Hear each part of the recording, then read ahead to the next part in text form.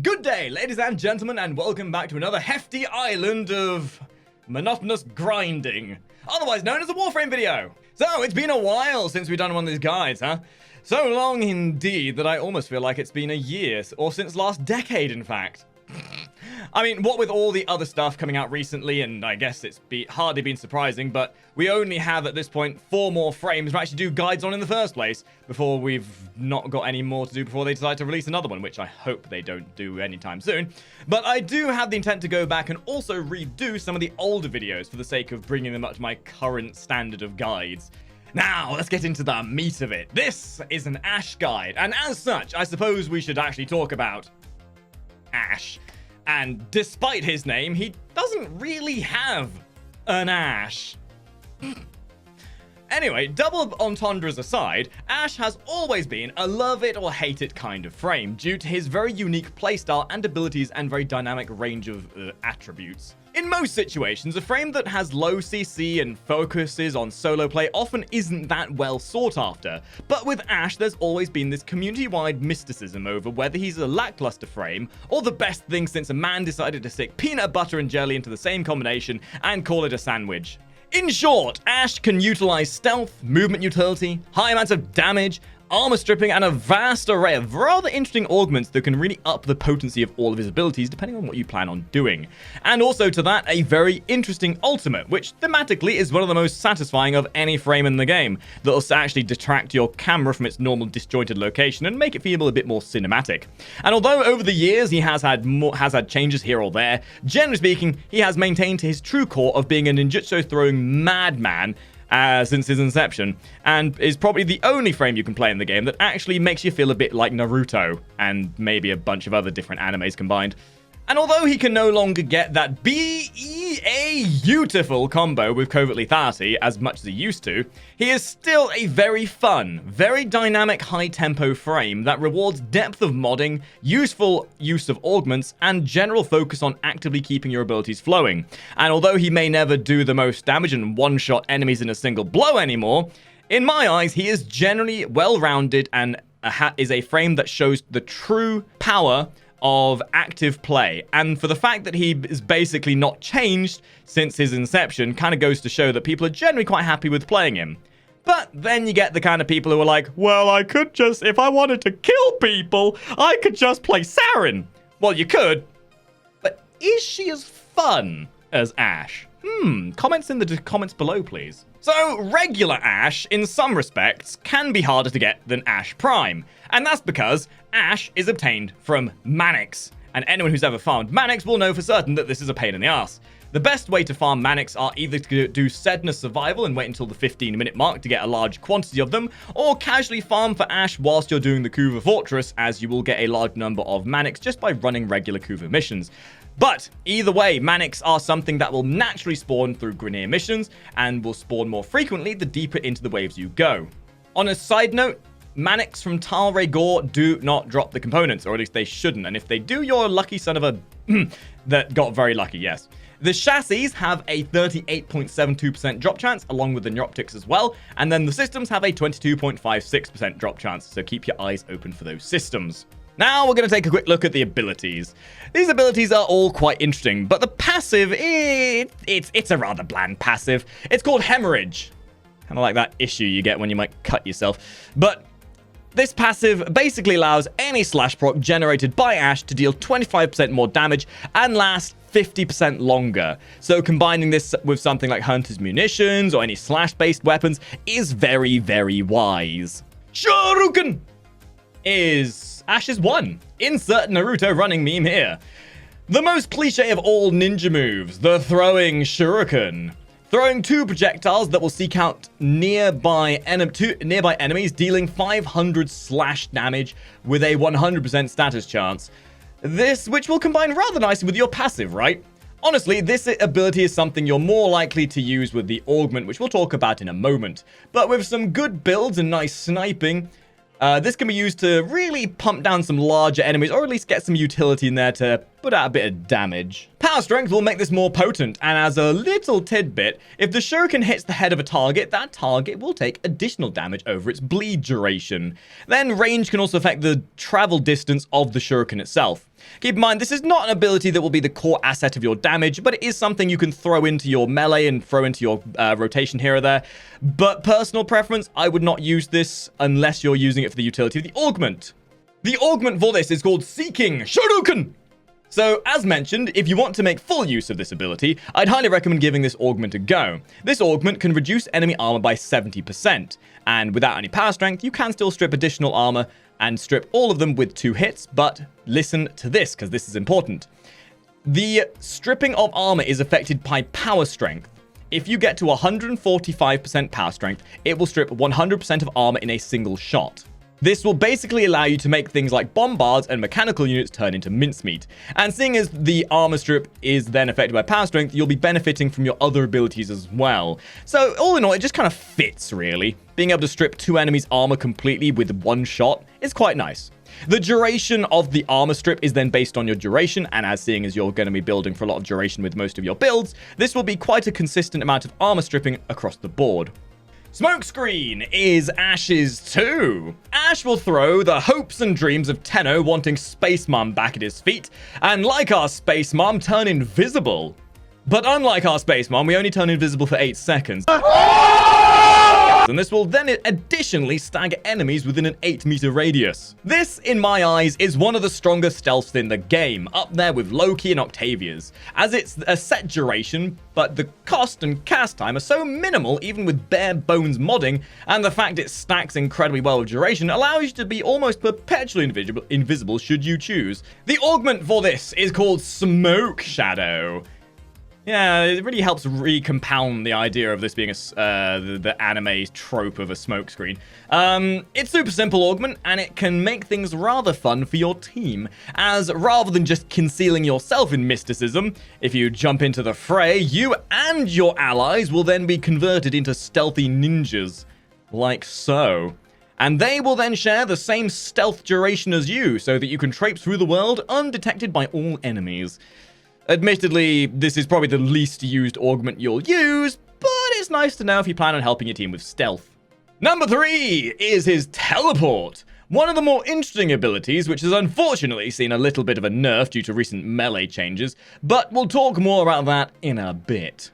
Ash will use Goku's instant transmission to teleport enemies or allies within 60 meters. If that target is an enemy, Ash will sit on their head and sing sweet nothings in the form of a dagger in their back. This can also be used for free if the enemy is marked by Blade Storm. The range of this ability is affected by range. And really, again, if you want to make the most of this, I'd suggest using the augment, which we're about to go over now. The augment, and possibly one of the most impactful augments and ability-changing augments in the game. Fatal Teleport. Now, if I'd made this guide a few months back, Fatal Teleport even, English is hard, would actually be, well, a little bit more fatal. But due to melee changes to covert lethality, it is no longer being as synergistic with these augments. The duo don't really insta-kill targets of any level like they used to, but using both or just this augment by itself will still punch enemies in the dick as high as level 200 easily enough. Fatal Teleport causes your teleport to deal an additional 200% extra finisher damage and refunds 50% of the energy cost on kill. The damage is then affected by power strength, so go figure, seeing as you're modding for a lot of power strength already, your executions are going to be rather powerful.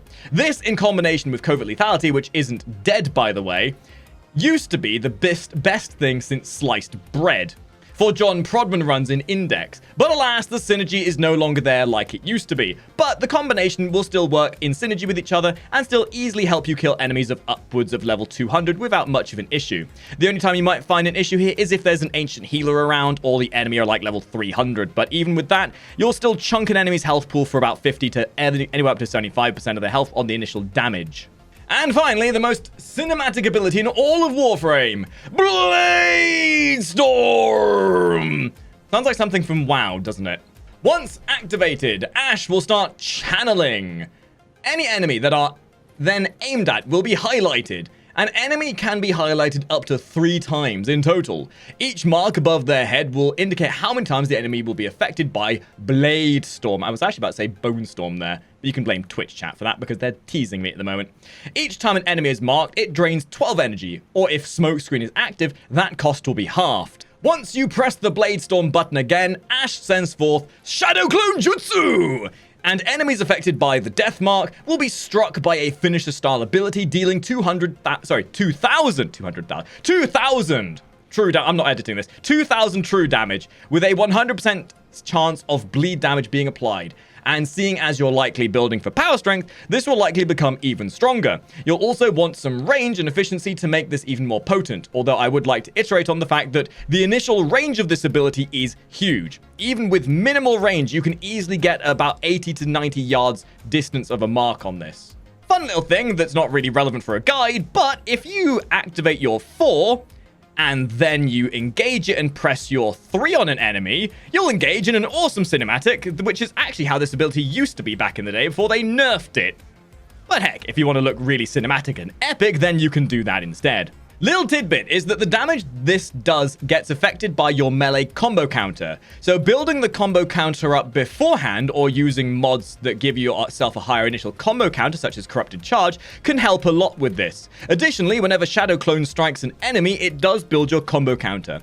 So your damage will gradually get stronger as you start damaging targets with your Blade Storm. A nice little tidbit as well is that the bleed damage that is done afterwards is also then directly affected by your power strength and the duration of the bleed as well. So ideally here, if you build your combo counter up, the bleed damage and the initial damage of the impact will do a crap ton of damage. In short, if the initial impact of the stabbed of Blade Storm doesn't kill them, then the bleed damage most likely will. And with every increase of your combo counter, that damage easily goes up by 1,000 per bleed. In short, this is something that you'll want to use when you've banked up a bit of energy and have enough enemies around to warrant using it in the first place. It's not the most potent AoE ability, as it takes a bit to wind up and then a bit to execute, but it is highly satisfying, and as we're demonstrating here, it does have more than enough potential to kill level 170 enemies without too much of an issue. Enemies with resistances and immunity to status effects will basically shrug this off like you just tapped them on the shoulder and asked for Jehovah's Witness. Honestly, if you're going to use this ability in any major manner, you'll definitely want to utilize the Augment. The reason being is the Augment is basically raw additional damage. If you remember earlier, as we mentioned with the combo counter, Rising Storm increases your base combo duration by 10 seconds and increases your base combo counter by 4, which will, in short, up your base damage tremendously. And, you know, if you're looking for AoE damage, well, you might as well buff it where you can, right? And as always with these guides, we have a build segment. Now, as always with builds, use your personal ingenuity. Any build should be something you take inspiration from and build upon yourself. Get it? They're builds. They should be used by your own inspirations. So, when it comes to the polarity, the aura spot, sorry, that's always subjective. Use what you want. I would recommend Steel Charge because you are relying on your melee weapons a lot. But things like Growing Power, Corrosive Projection, they're always going to be good for you. Now, this first build is the Augment build. This will allow you to utilize Fatal Teleport and Seeking Shurikens to bolster those abilities to a great deal. This is the build that I've been using for John Prodman runs and for general higher level enemies for quite some time, and this will easily kill enemies of upwards of level 300 thereabouts with your combination of Covert Lethality and Fatal Teleport. And then if an enemy is too strong, then you have Seeking Shuriken that can knock their armor down as well. Ideally here, you are looking for a little bit of power strength to make sure you have that 100% armor stripping from Seeking Shuriken. So we've got Intensify and Power Drift. Then we have Narrow-Minded and Continuity for the duration, Streamline for the efficiency, Flow to have a higher energy base pool, and then Reach, which could in theory be Stretch as well. But you don't necessarily need range with most of these builds because Ash's base range is huge. And then we have a Blade Storm build. Once again, Steel Charge to rely on your melee weapon a bit more. You are focusing much more on power strength here, and we're using Blind Rage, which is not often something I use, and the reason being is because all of your abilities are dirt cheap. So we have Blind Rage, which unfortunately lowers your efficiency. Now, this is personal preference, but my recommendation, if you're doing lower levels, get rid of Blind Rage and put in something else. because the minus efficiency, although it's not that impactful, you will notice that you'll probably be able to affect less enemies with this on, but this will help push that damage and bleed effect much, much higher. With this build, of course, we're using the Rising Augment to really help push it further. If you don't feel like using this, again, you could bring in some efficiency. You could put something else in there if you don't have the augments available to you. But again, a much bigger focus on the power strength and a little bit of duration. And then we have narrow-minded, again, minus range, just because you have that huge amount of range anyway. And the final build in this video is the beginner-friendly build. This is obtainable by all players within the first 48 hours of picking the game up. All these mods are super easy to get, if not just hard to farm for. The little disclaimer is that Augur Secrets and the Augur mods in general, they are on Earth. They're super easy to get. They just require you to farm a little bit. So although they're rare, you can quite fancily get them. If you don't have Augur Secrets, then you could replace it with pretty much anything in your arsenal. So at this point, the baseline is you got your Steel Fiber, your Vitality for the survivability, you got your baseline mods with Intensify, Continuity, Flow, Streamline. If you didn't have Augur Secrets or Augur Message, you could in fact put Stretch in one of their spots, but with new player builds, it's always down to personal preference. All I'm going to mention is that, as mentioned earlier, Ash is incredibly versatile, and his builds very much reflect that, because even though these are the builds I use, there is an infinite level of adjustability within them to tailor it to your own personal needs. So although these are what work for me, please use your own initiative and fiddle around with his builds and see what works for you.